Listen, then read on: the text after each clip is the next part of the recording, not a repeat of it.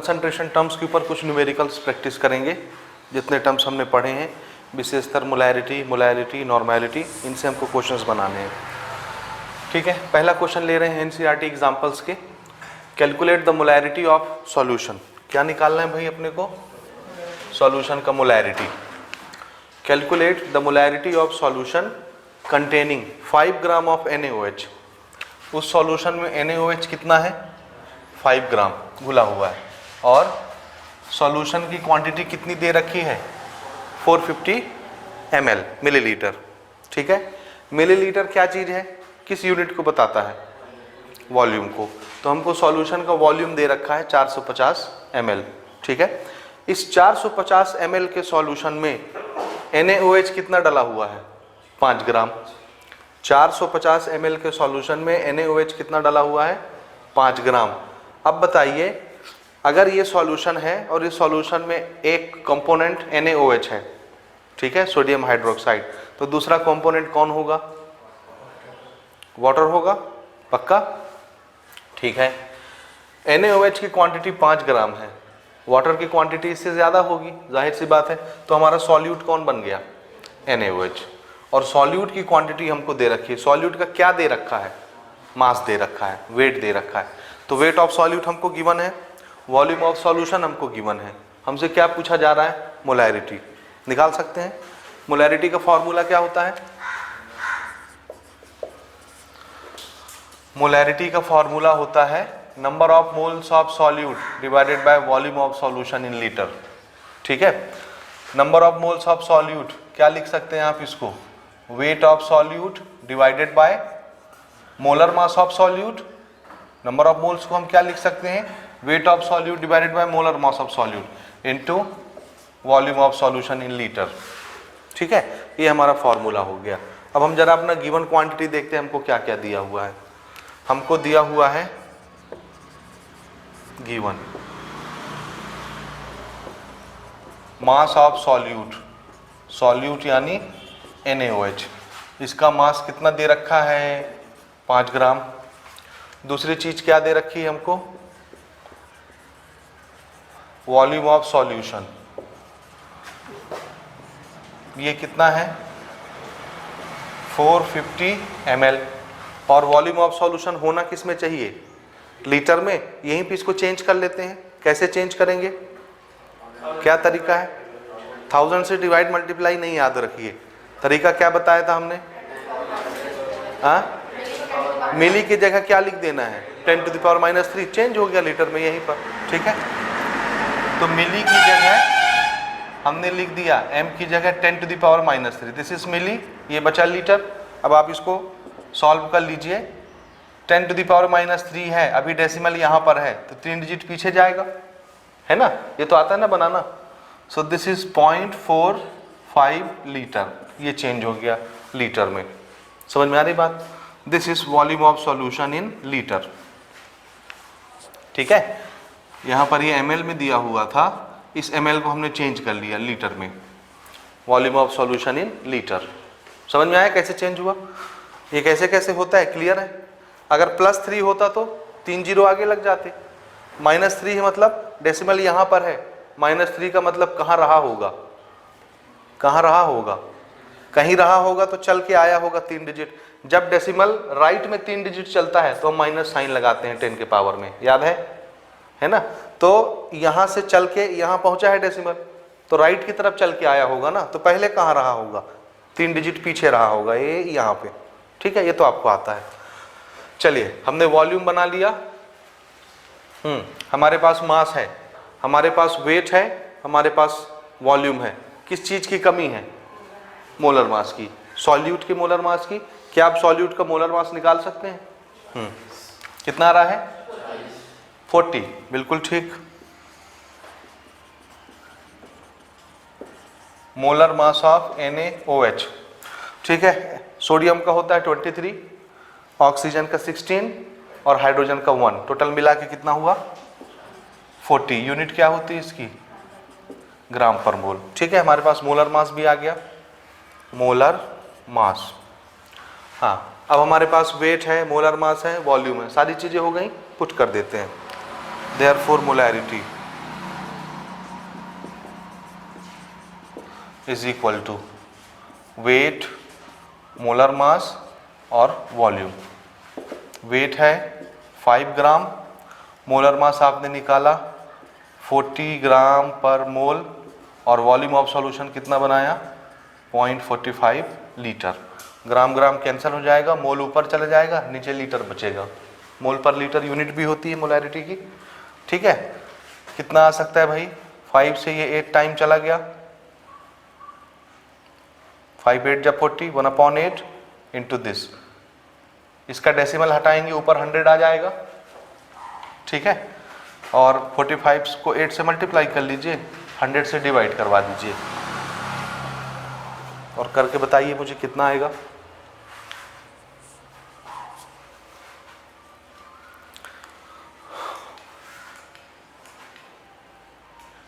Answer 0.277 आ रहा है, कुछ 7 आगे कोई और नंबर आगे 7 आ रहा है, राउंड ऑफ करिए 8, ठीक है। ये ग्राम ग्राम कैंसिल हो गया, मोल ऊपर चला गया, मोल पर लीटर, मोल पर लीटर, ये यूनिट हो गई।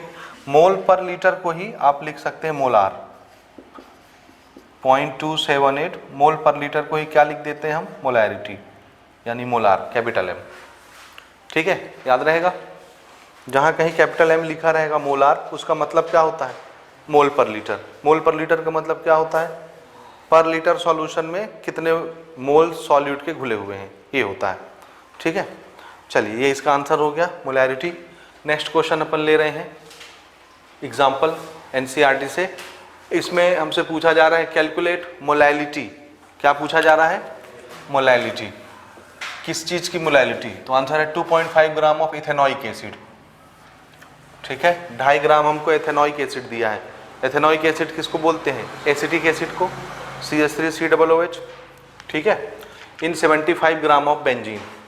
देखिए 2.5 ग्राम एथेनॉइक एसिड है और 75 ग्राम बेंजीन है, तो सॉल्यूट कौन हुआ, सॉल्वेंट कौन हुआ, एथेनॉइक एसिड क्या हो गया, सॉल्यूट, और 75 ग्राम बेंजीन ज़्यादा है, ये क्या बन गया, सॉल्वेंट, और दोनों मिले होंगे तो क्या बन गया, हो गया सॉल्यूशन, ठीक है।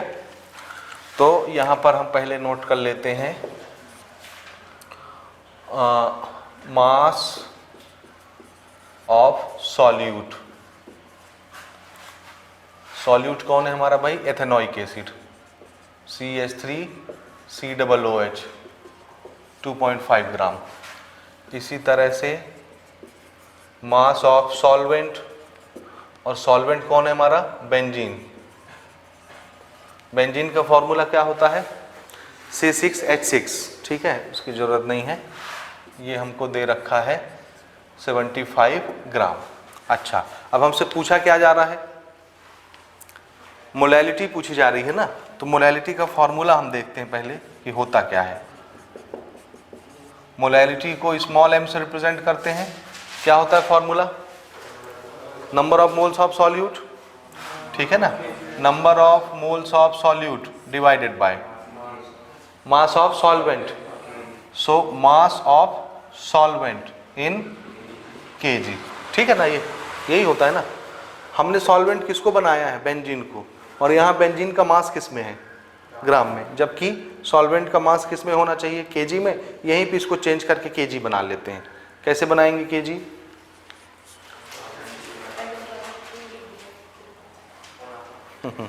देखो देखो देखो, 1 kg में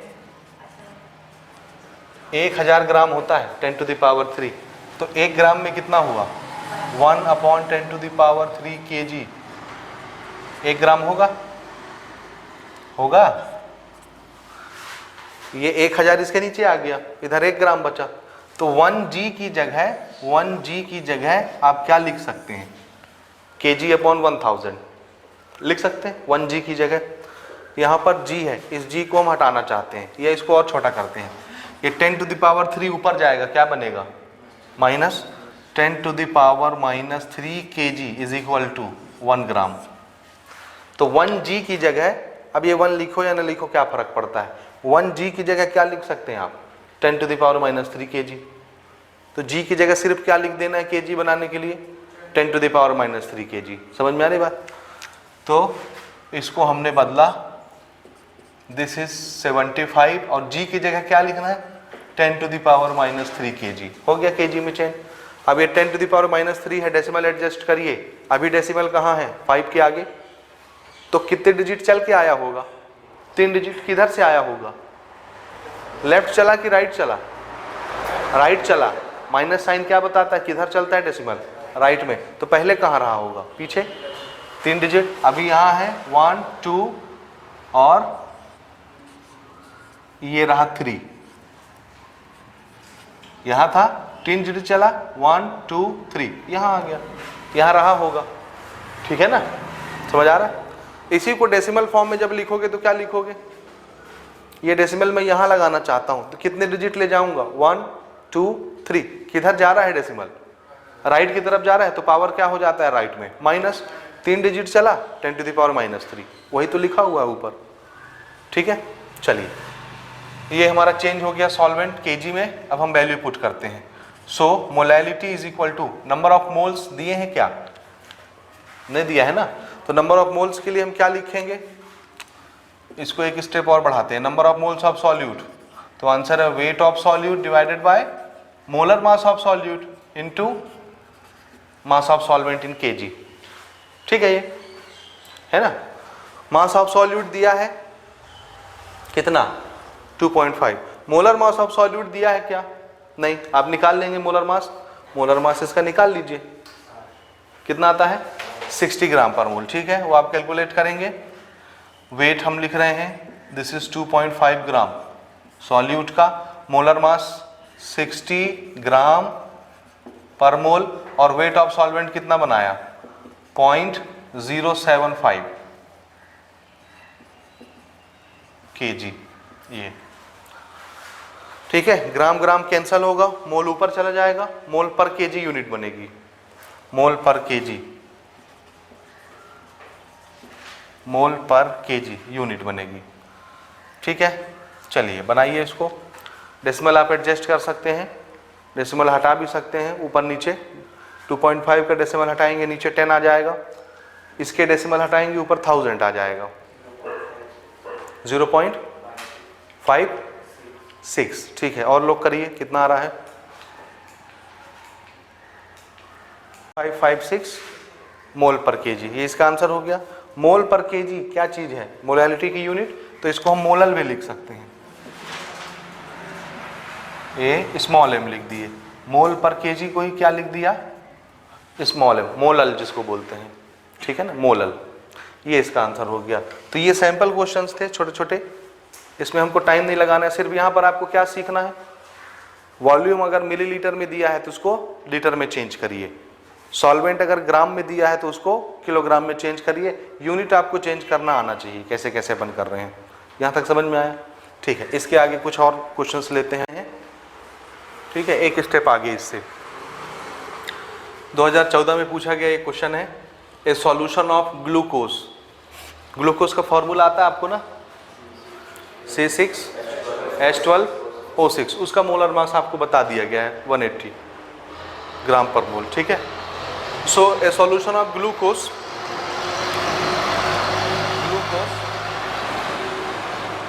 इन water, a solution of glucose in water. Water में हमने ग्लूकोज डाल के एक सॉल्यूशन बनाया है। ठीक है, इस label as 10% by mass, 10% by mass. ठीक है, ध्यान से इसको समझिएगा, 10% बाय मास। ये इसका क्या मतलब है, हमने एक सॉल्यूशन तैयार करना है, हमने पानी लिया, पानी में हमने ग्लूकोज डाला, ग्लूकोज घोल के एक सॉल्यूशन बना लिया। ठीक है, और जब ये सॉल्यूशन बन गया तो उस बॉटल के ऊपर हमने एक स्टिकर चिपका दिया, एक लेबल लगा दिया, और उसमें लिख दिया 10% बाई मास। किसका, ग्लूकोज का। यानी ये सॉल्यूशन जितना भी होगा उसमें से 10% इसमें क्या है, ग्लूकोज है, तो बाकी का 90% कौन होगा। भाई कोई भी सॉल्यूशन 100% होता है ना, 10% कौन है इसमें, ग्लूकोज, तो 90% कौन होगा, वाटर होगा। यहाँ तक समझ में आया। लेकिन बाई मास हमको वेट लेना है उसका, तो हम मान लेते हैं हमारा सॉल्यूशन कितने वेट का है 100 ग्राम, तो उसमें से 10 ग्राम कौन होगा, ग्लूकोज, और 90 ग्राम कौन होगा। समझ रहे हैं, 100 ले रहे हैं अपन। ये चीज समझ में आ रही है आपको। कि नहीं आ रहा है? बाई मास बोलने का क्या मतलब है? जितना भी सॉल्यूशन है उसका 10% कौन होगा? Glucose, solute. तो हम मान लेते हैं हमारे सॉल्यूशन का वेट कितना है? 100 gram. Let mass of solution be 100 gram. ठीक है, 100% का सॉल्यूशन ले लिया, बाई वेट ले रहे हैं ना, 100% लेकिन वेट ले रहे हैं उसका, बाई वेट। ठीक है, अब इसमें बताइए मास ऑफ सॉल्यूट कितना होगा? सॉल्यूट सॉल्वेंट पहचान गए ना?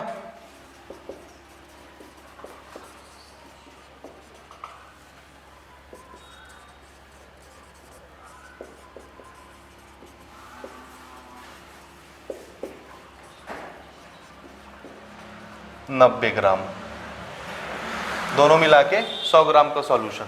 ठीक है, बाई वेट ले लिए यहां तक। A solution of glucose in water is label as 10% by mass. यहां तक का समझ में आया?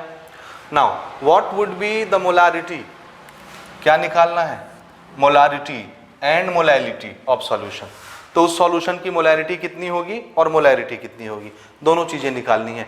मैं आपको याद दिलाऊं, मोलैरिटी और मोलैलिटी दोनों अलग अलग टर्म हैं। एक टेम्परेचर डिपेंडेंट टर्म है और एक टेम्परेचर इंडिपेंडेंट टर्म है। टेम्परेचर पर डिपेंड करने वाला टर्म कौन है? मोलैरिटी, क्योंकि उसमें वॉल्यूम इन्वॉल्व है। और टेम्परेचर से इंडिपेंडेंट टर्म कौन है? मोलैलिटी, क्योंकि उसमें सिर्फ मास आता है, वॉल्यूम नहीं आता। यहाँ तक समझ में आया? लेकिन मोलैरिटी और मोलैलिटी दोनों निकालना है। एक चीज़ हमने कैलकुलेट कर ली और दूसरी चीज़ हम निकालना चाहते हैं, तो हम वॉल्यूम में से मास की तरफ जा रहे हैं या मास में से वॉल्यूम की तरफ आ रहे हैं? समझ में आ रहा है? इसलिए हमको कौन सा एक फैक्टर चाहिए? डेंसिटी। इसलिए उन्होंने क्वेश्चन में क्या बताया है? सॉल्यूशन की डेंसिटी बता दी है। यहां तक समझ में आई बात? ये तो मैं पहले आपको बता चुका हूं, आ रहा है याद? ठीक है, चलिए पहले आप क्या निकालना पसंद करेंगे? मोलैरिटी की मोलैलिटी। ठीक है, उसके लिए पहले क्वेश्चन को ध्यान से देखिए क्या क्या दिया है।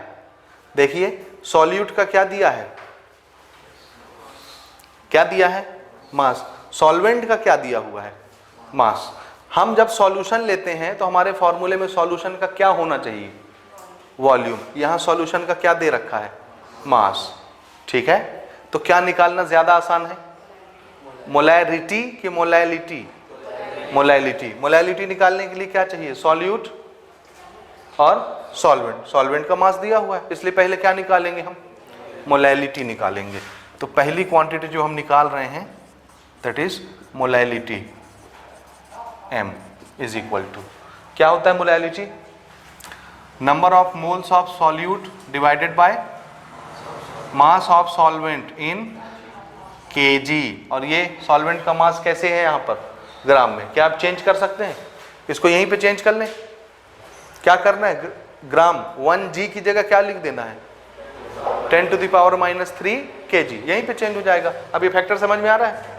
तो इसको हमने कर दिया 90 इंटू 1 ग्राम की जगह लिख दिया 10⁻³ kg। इसको आप मेंटेन कर लीजिए। कितना हो जाएगा? 3 डिजिट पीछे चला जाएगा। This is 0.09 kg। ठीक है, 0.09 kg चेंज हो गया सॉल्वेंट। ये अब नंबर ऑफ मोल कैसे निकलेगा सॉल्यूट का?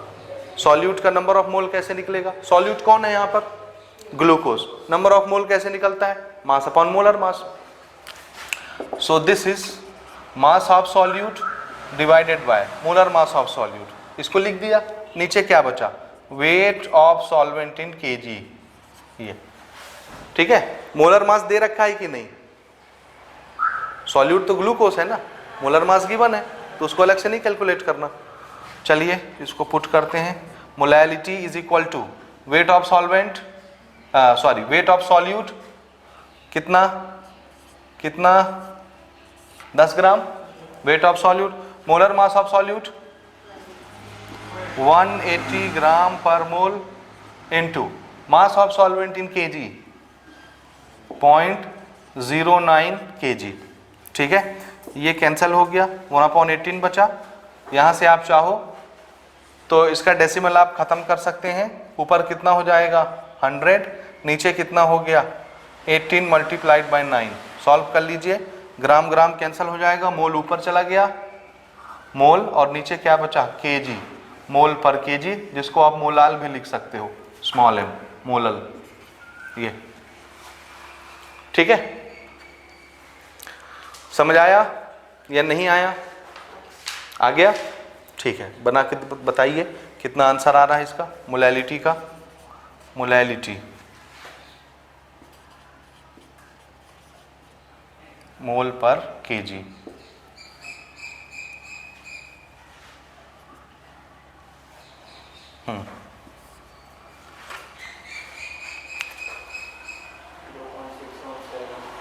कितना आ रहा है? 0.617, ठीक है, बिल्कुल ठीक है। नोट कर लीजिए, 2 डिजिट लिख लीजिए, 3 डिजिट, जितना आपको लिखना है, 2 डिजिट कम से कम लिखिएगा। 0.617, तो मैं इसको 0.62 लिख दे रहा हूँ, 2 डिजिट ले रहा हूँ, काफ़ी है 2 डिजिट, ठीक है ना। तो कितना आया मोलैलिटी? 0.62 मोल पर केजी, ठीक है। अब हम आते हैं मोलैरिटी की तरफ। मोलैरिटी, मोलैरिटी का फॉर्मूला क्या होता है? अब हम दूसरी चीज मोलैरिटी पे आ रहे हैं ना। मोलैरिटी कितना आ रहा है? 625। ये कितना आ रहा है? 625। कितना आ रहा है बोलिए?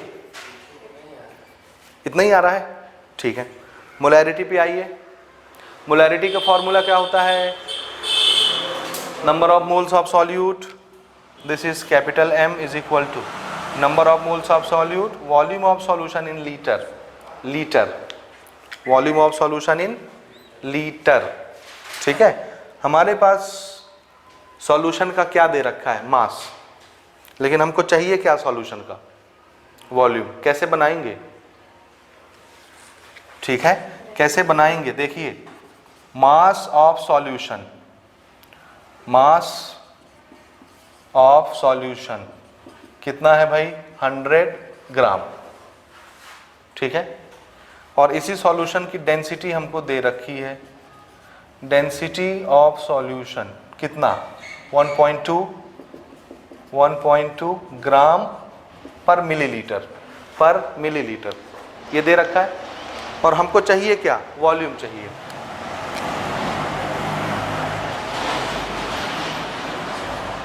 Volume of solution. तो यहां पर हम रिलेशन लगाएंगे। क्या रिलेशन होता है? रिलेशन होता है density is equal to mass upon volume, होता है density is equal to mass upon volume. तो वॉल्यूम इज इक्वल टू क्या हो जाएगा? Volume is equal to mass upon density, होता है ना। Volume is equal to mass upon density. हमारे पास मास भी है, हमारे पास डेंसिटी भी है, हम वॉल्यूम निकाल सकते हैं।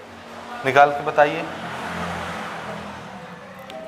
मास है 100 ग्राम और डेंसिटी है 1.2 ग्राम पर मिलीलीटर। ग्राम ग्राम कैंसिल होगा, मिलीलीटर ऊपर चला जाएगा। कितना आएगा? 1/12 लीटर। और कुछ छोटा कर सकते हैं क्या? फ्रैक्शन उसमें डेसिमल में बताइए। 1/12 1/12 काहे को होगा? हाँ, अच्छा ठीक है। 1/12 को डेसिमल में बताइए कितना आ रहा है, चेक करके देखिए एक बार।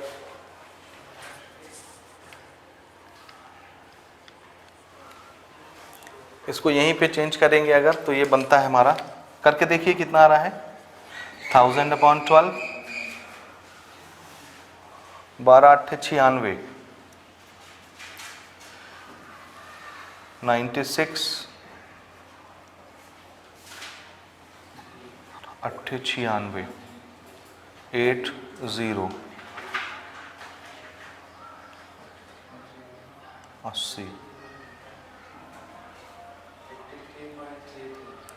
96, कितना 40 बचा? 12×3 = 36 है ना। 83.333 आ रहा है ना, तो 3 ओमिट कर देते हैं। 83 क्या बना? मिलीलीटर। भाई ग्राम ग्राम कैंसिल होगा, मिलीलीटर ऊपर जाएगा, मिलीलीटर बना। मिलीलीटर। लेकिन हमको वॉल्यूम किस में चाहिए, लीटर में, इसको लीटर में कन्वर्ट कर लेते हैं। तो volume in litre is equal to 83, milli को क्या लिख दिया 10⁻³ लीटर, यानी ये कितना हो गया 0.083 लीटर। ये आया, आ रहा था 1/12 को करने से, ठीक है। हाँ तो ठीक है, कोई दिक्कत नहीं है, एक ही बात है ना। आप यहाँ 1000 पहले से लगा के उसको कटा पिटा के 1/12 कर लीजिए, या ऐसे करके बाद में उसको चेंज कर लीजिए, एक ही चीज़। तो वॉल्यूम हमको मिल गया। हमारे पास नंबर ऑफ मोल्स अवेलेबल हैं कि नहीं, तो आंसर है इसका जुगाड़ अवेलेबल है, मास अपॉन मोलर मास दोनों, ठीक है। ये हम पहले भी कर चुके हैं, कितना आ रहा था मास अपॉन मोलर मास, मास अपॉन मोलर मास 1/18 आया है, इनटू अब की बार हमको वॉल्यूम ऑफ सॉल्यूशन करना है। इसको हमने लिखा molarity is equal to mass of solute, molar mass of solute, volume of solution. ये है 10 ग्राम डिवाइडेड बाय 180 ग्राम, और वॉल्यूम कितना है 0.083 litre. This is gram, this is gram per mole, gram gram cancel, मोल ऊपर चला गया, मोल पर लीटर बचेगा। कितना आ रहा है 1.66 नहीं आएगा, 1 से छोटा आएगा, नीचे बड़ा यूनिट है ना।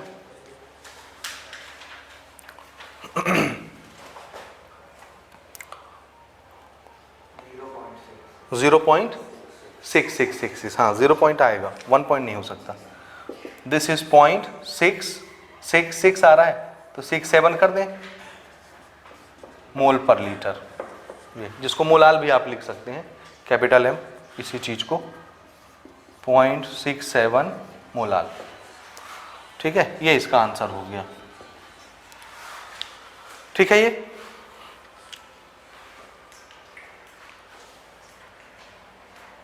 Find the molarity and molality, इसमें फिर से वही चीजें दोनों निकालनी है, मोलैरिटी भी मोलैलिटी भी। तो हम देखेंगे हमको आसान क्या चीज अवेलेबल है, सॉल्वेंट का मास अवेलेबल है या सॉल्यूशन का वॉल्यूम, जो जैसा अवेलेबल रहेगा पहली क्वांटिटी वही निकाली जाएगी, ठीक बात। तो हमको क्या दिया है, find the molarity and molality of 15% solution weight by weight. Weight by weight बोल देने का क्या मतलब है, ठीक है, बाय मास हमको लेना है, बाय वेट। तो 15% सॉल्यूशन है वेट बाय वेट, किसका H2SO4 का, H2SO4 का। तो मेरे पास एक सॉल्यूशन है जिसमें 15% कौन होगा, कौन होगा H2SO4 by mass, by mass. इसका मतलब है सॉल्यूशन का, सॉल्यूशन अगर 100% है तो बाय मास कितना हो गया सॉल्यूशन, बोलिए बोलिए, पूरा सॉल्यूशन अगर 100% है उसमें से 15% कौन है, सॉल्यूट, सॉल्यूट कौन है यहाँ 15% H2SO4, तो बाकी के 85% कौन होंगे, वाटर होगा। ये समझ में आया। तो टोटल सॉल्यूशन कितने परसेंट का हुआ 100%, उसको मास में बोलिए अब कितना हो गया 100 ग्राम।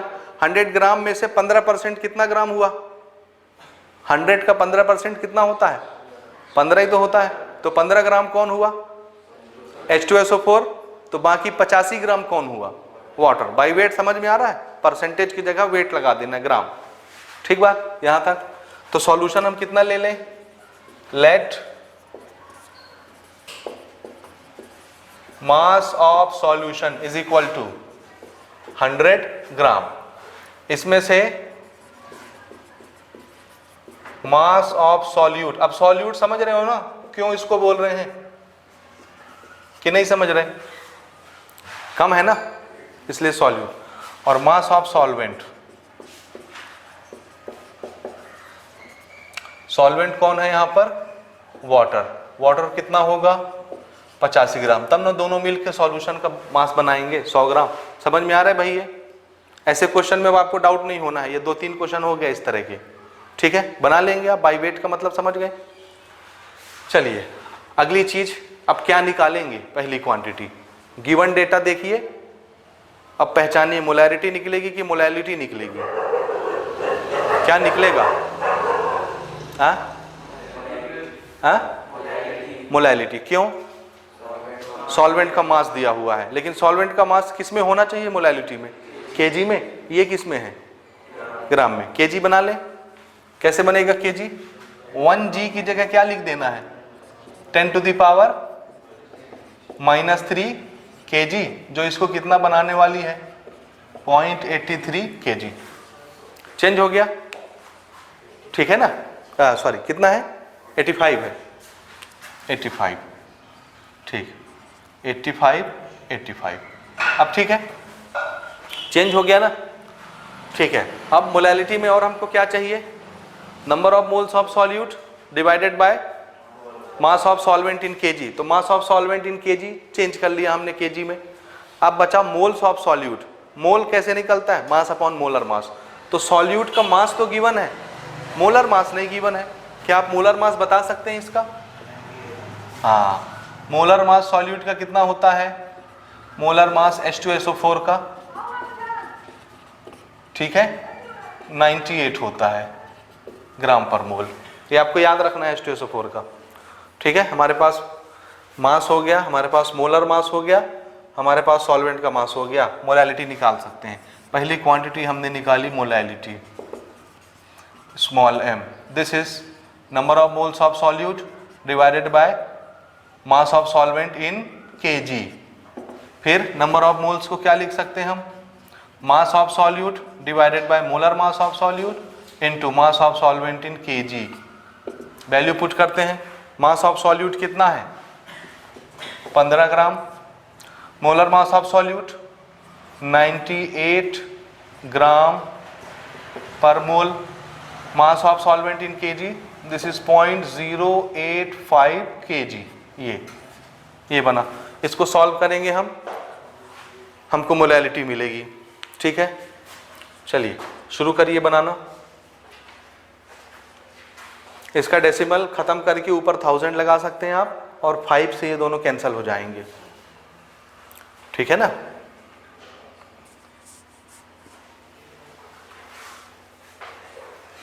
बनाइए।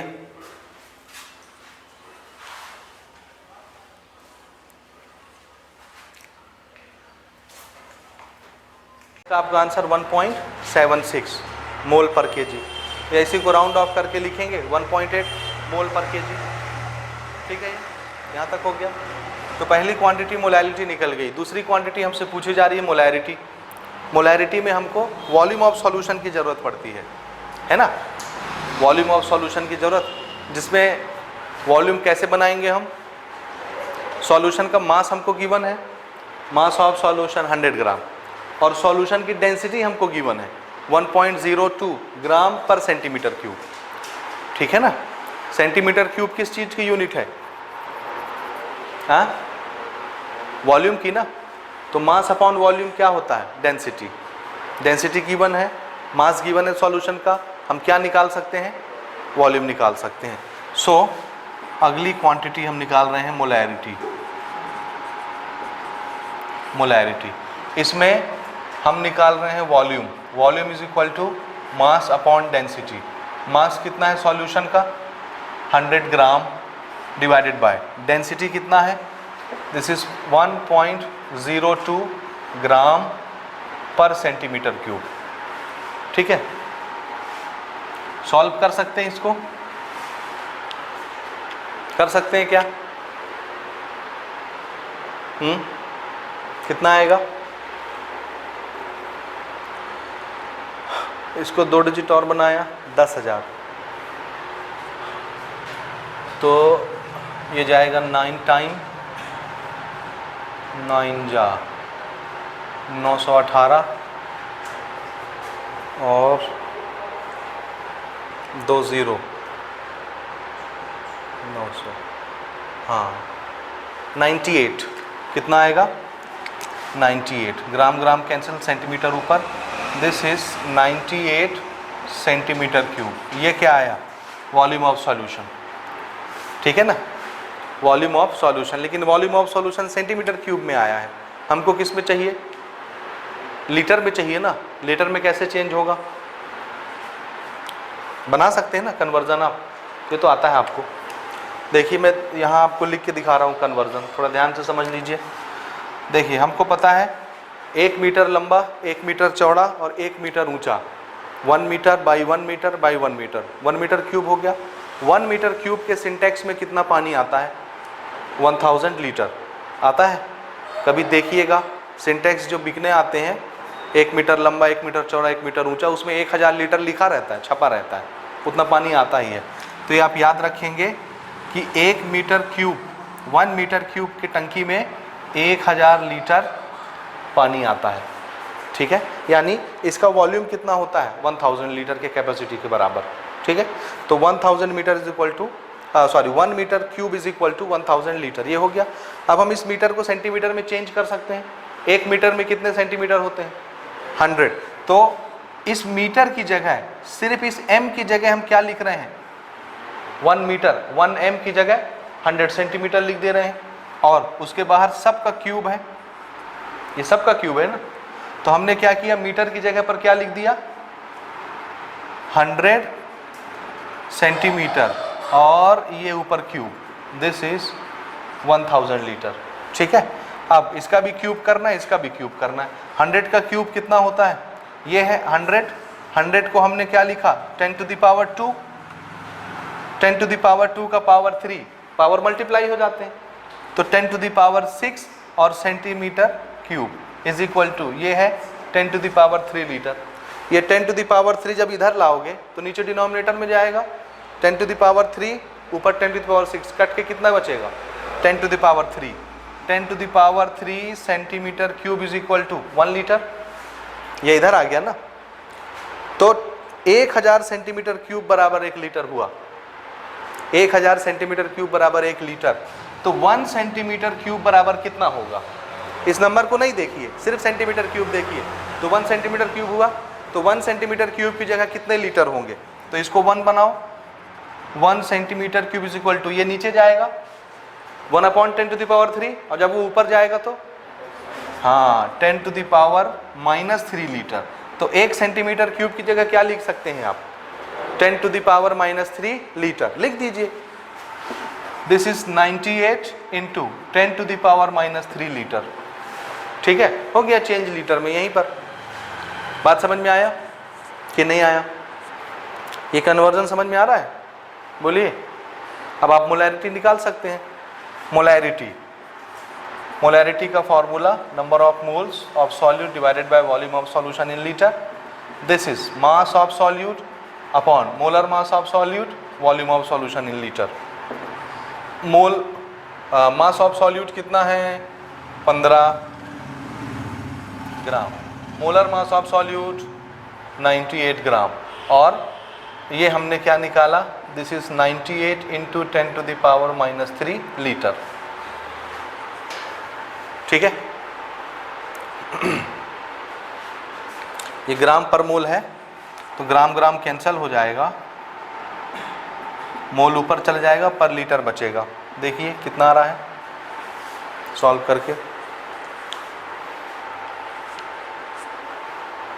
करके बताइए मुझे कितना आ रहा है। ये आएगा 1.56। ठीक है, करके देखिए आप, इट कम्स 1.56 मोल पर लीटर। ठीक है, क्वेश्चन ले रहे हैं, what is the molarity of resulting solution. हमको किसकी मोलैरिटी निकालनी है, हाँ रिजल्टिंग सॉल्यूशन। और ये रिजल्टिंग सॉल्यूशन कैसे बन रहा है, तो आंसर है बाय द मिक्सिंग ऑफ, एक सॉल्यूशन है देखिए जिसका वॉल्यूम कितना है 2.5 लीटर, जिसकी मोलैरिटी कितनी है 0.5 मोलार। ठीक है, मोलार मतलब number of mole per unit volume, समझ में आ रहा है। मोल पर लीटर इसकी यूनिट होती है, तो इसको आप मोल पर लीटर भी लिख सकते हैं, number of mole per unit volume. तो एक सॉल्यूशन है जिसका वॉल्यूम है 2.5, जिसका number of mole per unit volume कितना है 0.5, और वो सॉल्यूशन किसका है, यूरिया का। ये एक सॉल्यूशन हो गया। इसको किसके साथ मिलाया, एक दूसरे सॉल्यूशन के साथ जिसका वॉल्यूम कितना है 500 ml, जिसकी मोलैरिटी कितनी है 2। ठीक है, और ये भी यूरिया का सॉल्यूशन है। ये दोनों सॉल्यूशन हम मिक्स कर रहे हैं, तो मिक्स करने के बाद जो रिजल्टिंग सॉल्यूशन बनेगा, मिक्सचर बनेगा, उसकी मोलैरिटी कितनी होगी M3। याद आया। ठीक है, देखिए एक जैसे सब्सटेंस मिला रहे हैं कि डिफरेंट, यूरिया सॉल्यूशन एक जैसे मिक्स करेंगे। याद आया? नंबर ऑफ मोल के कॉन्सेप्ट से हमने एक फॉर्मूला बनाया था। ठीक है, हमारा फॉर्मूला मान लेते हैं, let the molarity of resulting solution be M3। Resulting solution की मोलैरिटी कितनी हो गई? M3। और इसका फॉर्मूला हम पहले आपको डिस्कस कर चुके हैं। क्या होता है भाई? M1V1 plus M2V2 divided by V1 plus V2। ये कहाँ से आया, समझ में आया? ठीक है ना, नंबर ऑफ मोल से बना। एक सॉल्यूशन का जितना नंबर ऑफ मोल होगा वो तो रहेगा ही, दूसरे सॉल्यूशन के जितने नंबर ऑफ मोल रहेंगे ही। जब ये मिक्स हो जाएंगे तो नंबर ऑफ मोल ऐड हो गए। नंबर ऑफ मोल और मोलैरिटी का क्या रिलेशन होता है? अगर molarity is equal to number of mole upon volume होता है तो number of mole is equal to कितना होगा? Molarity into volume, M into V। This is M into V, number of mole of first solution, number of mole of second solution, and this number of mole of third solution. M3 unknown है, बाकी निकल जाएगा। ठीक है, M1 कितना दिया हुआ है? 0.5, दिस इज मोलैरिटी। V1 कितना दिया हुआ है? 2.5 लीटर। M2 कितना दिया हुआ है? 2। V2 कितना दिया हुआ है? 500। लेकिन वॉल्यूम ऑफ सॉल्यूशन होना किस में चाहिए? लीटर में। तो इसको चेंज कर लीजिए लीटर में। मिलीलीटर, मिली की जगह क्या लिखेंगे आप? 10⁻³ यानी 1 2 3। यहाँ पर आ जाएगा डेसिमल 0.5, इतना लीटर डिवाइडेड बाय V1 2.5 और V2 कितना बनाया? 0.5।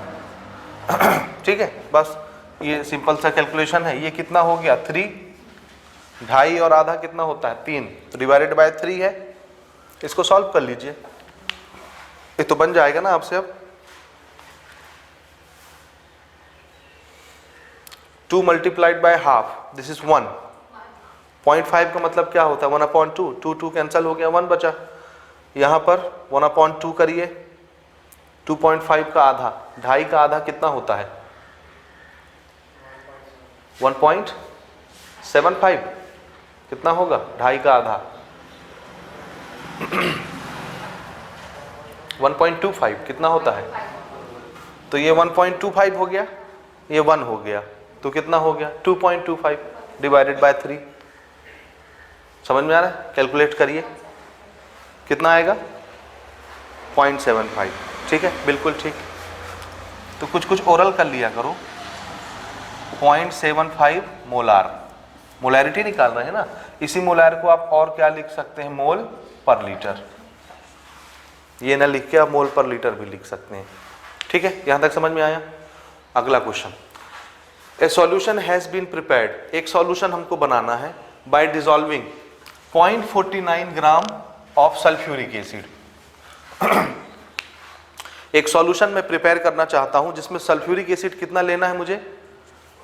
0.49 ग्राम सल्फ्यूरिक एसिड में डिसॉल्व कर रहा हूं। ठीक है, इन 100 ml ऑफ सॉल्यूशन। सॉल्यूशन कितने का है? 100 ml का सॉल्यूशन है जिसमें सल्फ्यूरिक एसिड कितना डाला है? 0.49 ग्राम। 0.49 ग्राम बहुत छोटी सी यूनिट होती है, ये 1 ग्राम भी नहीं है, आधा ग्राम है लगभग। दिख रहा है? वो 50 ग्राम के बराबर है लगभग। समझ में आ रहा है? 1 ग्राम भी नहीं है, आधा ग्राम है, आधा ग्राम। तो 100 ml के सॉल्यूशन में आधा ग्राम सल्फ्यूरिक एसिड हम डाल रहे हैं। ठीक है, calculate the normality of the solution. तो उस सॉल्यूशन की नॉर्मेलिटी कितनी होगी? ठीक है, सबसे पहले हम यहाँ पर गिवन क्वांटिटी बना लेते हैं। पहचानिए, सॉल्यूट कौन, सॉल्वेंट कौन। एक सॉल्यूशन है जिसकी क्वांटिटी 100 ml है, तो उसमें सॉल्यूट कौन होगा, सॉल्वेंट कौन होगा? सॉल्यूट कौन होगा? Sulphuric acid. क्यों? क्योंकि उसकी क्वांटिटी बहुत थोड़ी सी है, 0.49 यानी आधे ग्राम के बराबर, 1 ग्राम भी नहीं है। तो सॉल्वेंट कौन होगा? वाटर होगा। ठीक है, तो हमारे सॉल्यूट का मास हमको दिया हुआ है। ठीक है ना, अब हम इसको डायरेक्ट लिख सकते हैं ऐसे, ये सब आप पहचान रहे हैं। Mass of solute is equal to 0.49 gram. Volume of solution in litre is equal to, बताइए, ये 100 ml है। वॉल्यूम किस में लेते हैं हम? लीटर में। इसको लीटर में चेंज कर लीजिए, कितना आएगा? 0.1। m की जगह क्या लिखना है? 10⁻³ तो 3 डिजिट पीछे डेसिमल आ जाएगा। 0.1 लीटर, 0.1 लीटर, ये हो गया हमारा वॉल्यूम ऑफ सॉल्यूशन। ठीक है, अब हम आते हैं नॉर्मेलिटी पर। नॉर्मेलिटी का फॉर्मूला क्या होता है? तो अपन डायरेक्ट करेंगे ना। नॉर्मेलिटी का formula number of gram equivalent per unit volume, gram equivalent of solute dissolve in 1 litre of solution, यही था ना। 1 लीटर सॉल्यूशन में सॉल्यूट के कितने ग्राम इक्विवेलेंट घुले हुए हैं, ये कंसंट्रेशन नॉर्मेलिटी कहलाती है। So this is number of gram equivalent of solute divided by volume of solution in litre, यही था। फिर नंबर ऑफ ग्राम इक्विवेलेंट को क्या करते हैं हम, ये निकालना है। दिस इज, जैसे नंबर ऑफ मोल हम निकालते थे, ये मोल की जगह आया ना, number of mole mass upon molar mass, तो number of gram equivalent mass upon equivalent mass. तो इस चीज को हमने लिख दिया mass of solute divided by equivalent mass of solute into volume of solution in litre. ठीक है, हमारे पास इक्विवेलेंट मास है क्या? नहीं है ना, तो हम निकालेंगे। इक्विवेलेंट मास कैसे निकलता है?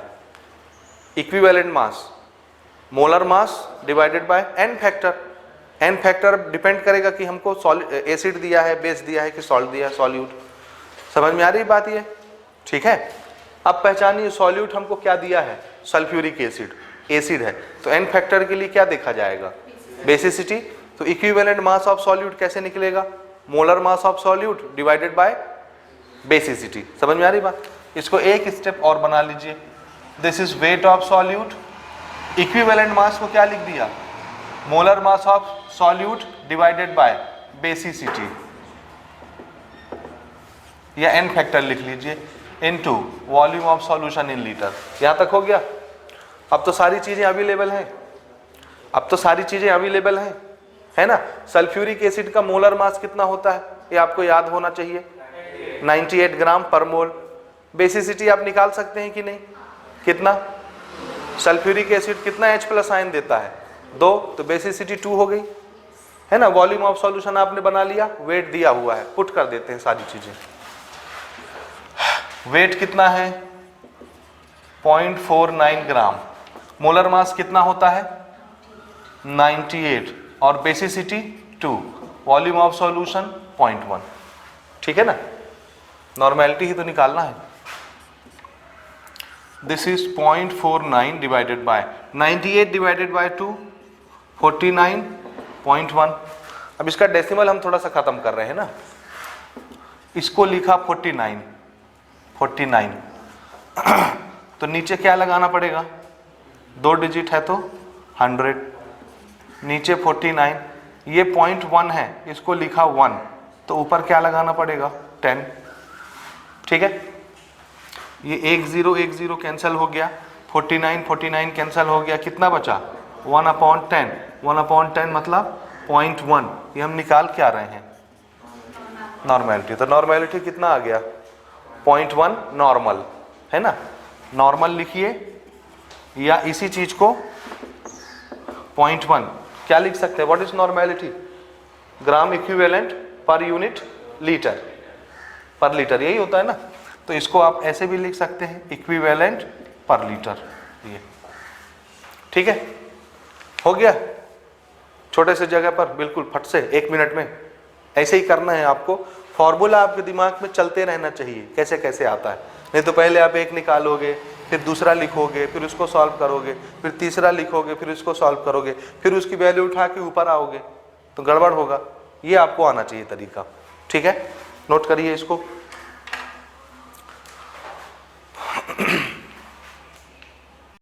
ठीक है, नेक्स्ट क्वेश्चन ले रहे हैं हम, calculate the number of molecules. इस बार हमको क्या निकालना है? हाँ, ये मोल कॉन्सेप्ट का टॉपिक आ गया 11वीं में जो आप पढ़ते थे। नंबर ऑफ पार्टिकल निकालना, नंबर ऑफ एटम निकालना, नंबर ऑफ मॉलिक्यूल निकालना, याद आ रहा है? मोल कॉन्सेप्ट में ये आपको सिखाया जाता है। ठीक है, तो ये उसका एक क्वेश्चन हम ले रहे हैं। नंबर ऑफ मॉलिक्यूल्स हम निकालना चाहते हैं, किसके? ऑक्जेलिक एसिड के। ठीक है, ऑक्जेलिक एसिड का बेसिक फार्मूला क्या होता है? मैं आपको याद दिलाऊं, COOH होल ट्वाइस, 2 बार COOH, ये होता है ऑक्जेलिक एसिड। इसमें हमने वाटर ऑफ क्रिस्टलाइजेशन मिला दिया, वाटर मिलाया और उसको क्रिस्टलाइज कर लिया, स्टेबल कर लिया, तो वाटर के मॉलिक्यूल भी हमको दिख रहे हैं। ठीक है, समझ में आ रहा है? ये कैसा एसिड है? हाइड्रेटेड एसिड है, जिसमें पानी मिलाया गया है और सुखा लिया गया है। समझ में आ रहा है ये? ठीक, ओरिजिनल फॉर्मूला ये होता है ऑक्जेलिक एसिड का, COOH होल ट्वाइस, 2 बार COOH। इसमें हमने वाटर मिलाया है इसलिए ये हाइड्रेटेड हो गया है। ठीक, अच्छा, अब हमको तो नंबर ऑफ मॉलिक्यूल्स निकालने हैं ना। हमारा क्वेश्चन क्या कहता है, पहले क्वेश्चन देखिए, calculate the number of molecules of oxalic acid, formula, in 100 ml of 0.2 normal oxalic acid solution, 100 ml of 0.2 normal oxalic acid solution। क्या आप इस सेंटेंस का मीनिंग समझते हैं? ठीक है, हमारे पास एक सॉल्यूशन है जिसका वॉल्यूम कितना है 100 ml, लेकिन उस सॉल्यूशन की नॉर्मेलिटी कितनी है 0.2 इक्विवेलेंट पर लीटर। समझ गए? 0.2 ग्राम इक्विवेलेंट पर लीटर, ये मीनिंग समझ में आ रहा है? एक सॉल्यूशन है 100 ml का, जिस सॉल्यूशन की नॉर्मेलिटी आपको बता दी जा रही है 0.2। ठीक है, अब बताइए उसमें जो ऑक्जेलिक एसिड डला हुआ है, ठीक है, उसमें जो ऑक्जेलिक एसिड डला हुआ है उसमें कितने मॉलिक्यूल्स होंगे? तो ये कैसे निकलेगा? हमको मॉलिक्यूल निकालना, number of molecule. Number of molecule आप तब निकालोगे ना जब आपको ऑक्जेलिक एसिड की क्वांटिटी पता रहेगी कि कितना डला है। नहीं समझे? समझ गए ना? समझे कि नहीं समझे? अगर आपको ऑक्जेलिक एसिड की क्वांटिटी ही नहीं पता है तो आप कैसे बताओगे इतनी क्वांटिटी में पार्टिकल गिनने हैं कि इतनी क्वांटिटी में पार्टिकल गिनने हैं? जब क्वांटिटी ही नहीं पता है तो पार्टिकल कैसे गिनोगे? समझ गए? तो नंबर ऑफ मोल या नंबर ऑफ मॉलिक्यूल्स निकालने के लिए, क्वांटिटी निकालने, नंबर्स निकालने के लिए हमको पहले पता क्या होना चाहिए? उसकी क्वांटिटी, कि 1 ग्राम ऑक्जेलिक एसिड है, 10 ग्राम ऑक्जेलिक एसिड है, 100 ग्राम ऑक्जेलिक एसिड है, 50 ग्राम ऑक्जेलिक एसिड है। समझ में आ रहा है? जब आपको क्वांटिटी बताई जाएगी कि 1 किलो ऑक्जेलिक एसिड ले लो, इसमें बताओ कितने मॉलिक्यूल हैं, कितने एटम हैं, कितने मोल हैं। ये क्वेश्चन समझ में आ रहा है? तो नंबर बताने के लिए क्या पता होना चाहिए? क्वांटिटी पता होना चाहिए कि कितना है। तो सबसे पहला काम आपका ये रहेगा कि 100 ml के सॉल्यूशन में जिसकी नॉर्मेलिटी 0.2 है, उसमें ऑक्जेलिक एसिड की क्वांटिटी कितनी है? क्वांटिटी मतलब उसका वेट कितना है, उसका मास कितना है। तो सबसे पहले हमारा टारगेट क्या निकालना है? क्या निकालना है? Mass of oxalic acid. जब आपको पता चलेगा कि ये 3 ग्राम है, 10 ग्राम है, 50 ग्राम है, मास पता चल जाएगा तब ना 50 ग्राम में कितने मॉलिक्यूल हैं हम निकालेंगे। जब वेट ही नहीं पता रहेगा, उसकी क्वांटिटी ही नहीं पता रहेगी, तो फिर आप किस में गिनोगे? इतने में गिनना है कि 50 मॉलिक्यूल हैं कि इतने में गिनना है, जब यही नहीं पता रहेगा कि है कितना। ठीक है, तो पहले हम पता करते हैं कि इस सॉल्यूशन में ऑक्जेलिक एसिड है कितना, उसका मास कितना है। तो हमारा पहला टारगेट क्या बन गया? मास कैलकुलेट करना।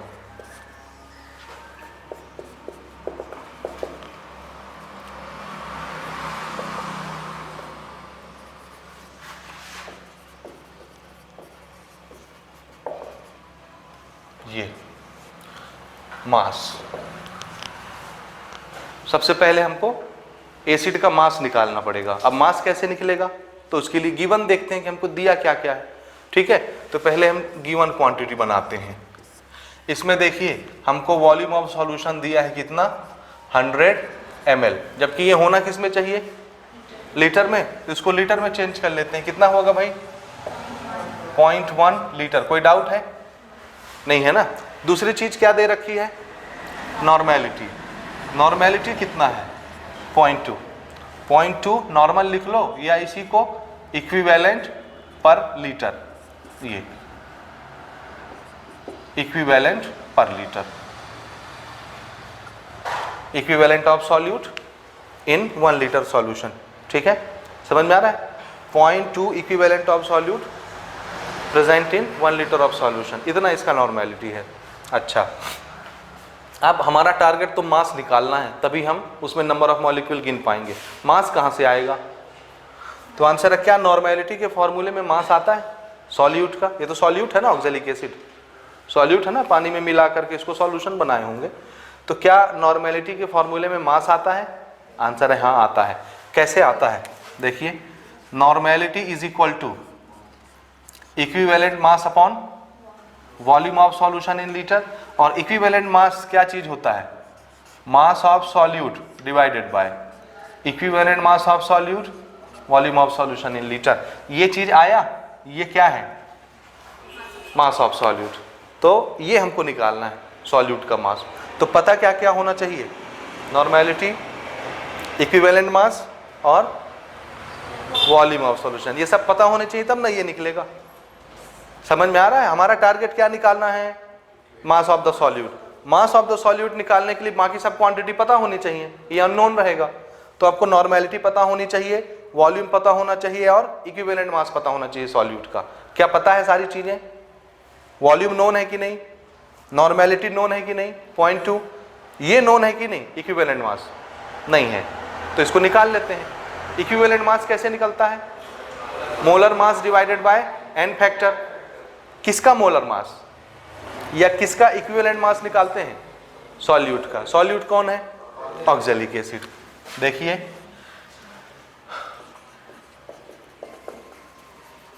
Molar mass of oxalic acid, बताइए कितना होगा? 114 मोलर मास। कैलकुलेट करिए, गड़बड़ नहीं करेंगे ना। ये वाटर है, 2 मॉलिक्यूल वाटर का। वाटर का कितना होता है मॉलिक्यूलर मास? 18 दूनी 36, ठीक है, 2 है ना। देखिए 2 × 1 हाइड्रोजन का प्लस 2 × 12 कार्बन का प्लस 4 × 16 ऑक्सीजन का प्लस 2 × 18 वाटर का। समझ में आ रहा है? निकला इसका, इसका भी लेंगे, ठीक है। कितना आता है? 126, ठीक।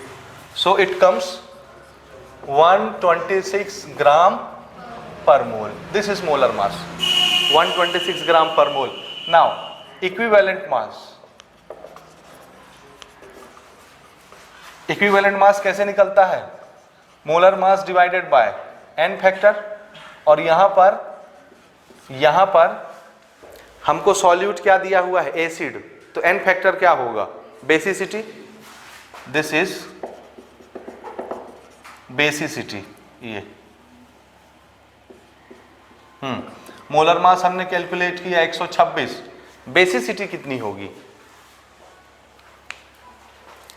कितना होगा basicity?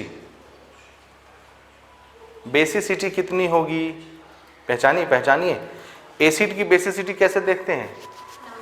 Number of H+ ion, ठीक है। इसको उठा के हमने पानी में डाल दिया तो ये कितने H+ देगा? कितने देगा? 2 देगा कि 6 देगा? ध्यान से देखिए, 2 देगा या 6 देगा? 2 हाइड्रोजन 4 हाइड्रोजन, टोटल 6 हाइड्रोजन। कितने देगा? 6 देगा। तो आंसर है 2 देगा। क्यों 2 देगा? जैसे इसको पानी में डालेंगे ये क्या बन जाएगा? ये तो वाटर बन गया ना। और वाटर H+ नहीं देता। H+ कौन देगा? एसिड देगा। तो एसिड वाला हिस्सा सिर्फ H+ देगा। ये तो सूखा हुआ पानी है क्रिस्टलाइन फॉर्म में। जैसे ही पानी में जाएगा ये अपने बिरादरी के साथ मिलकर फिर से पानी बन जाएगा। समझ में आया? तो इसमें एसिड का हिस्सा बच जाएगा, वो H+ देगा। कितने H+ आएंगे? 2। तो इसकी बेसिसिटी कितनी हो गई? 2। क्या आपको ये समझ में आया या नहीं आया? आया ना? हाँ, अब बताइए इक्विवेलेंट मास कितना आएगा? 63। यूनिट क्या होती है इक्विवेलेंट मास की? जैसे मोलर मास वैसे इक्विवेलेंट मास। मोलर मास की यूनिट क्या थी? ग्राम पर मोल। तो इक्विवेलेंट मास की यूनिट क्या होगी? क्या होगी? ग्राम पर इक्विवेलेंट। ग्राम पर इक्विवेलेंट। ग्राम पर इक्विवेलेंट, ठीक है। मिल गया इक्विवेलेंट मास। अब ये भी नोन हो गया, ये भी नोन हो गया, ये भी नोन हो गया। वेट निकल जाएगा। वेट निकाल लेते हैं। सो मास ऑफ सॉल्यूट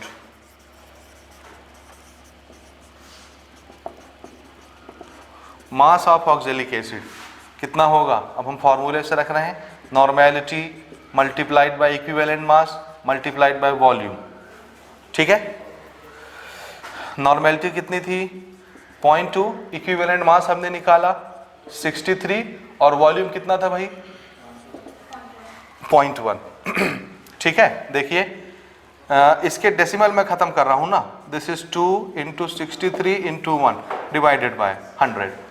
ठीक है, इसके नीचे 10 आया, इसके नीचे 10 आया, तो 2 इंटू 63 126 डिवाइडेड बाय 100,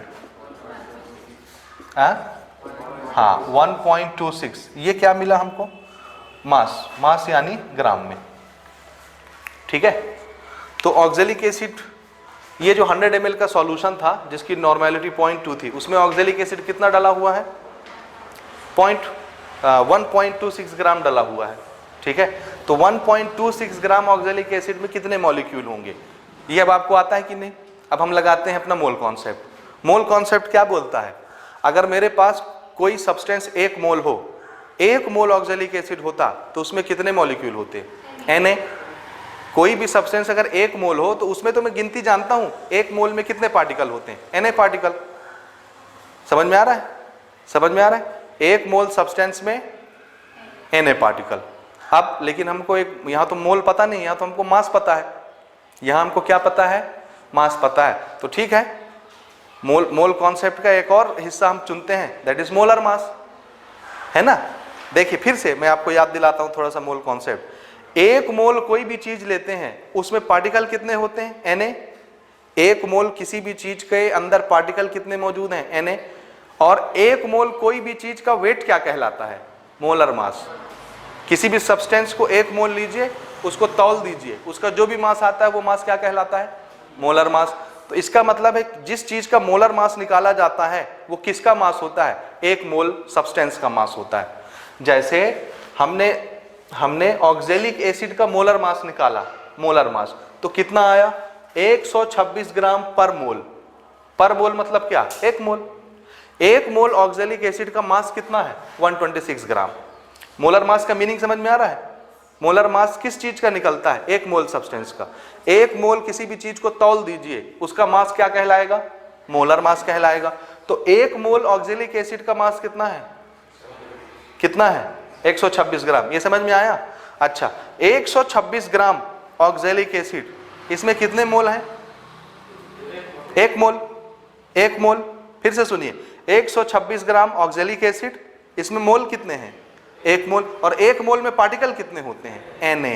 तो 126 ग्राम ऑक्जेलिक एसिड में कितने पार्टिकल हुए, Na। तो 1 ग्राम ऑक्जेलिक एसिड में कितने पार्टिकल होंगे, Na अपॉन 126।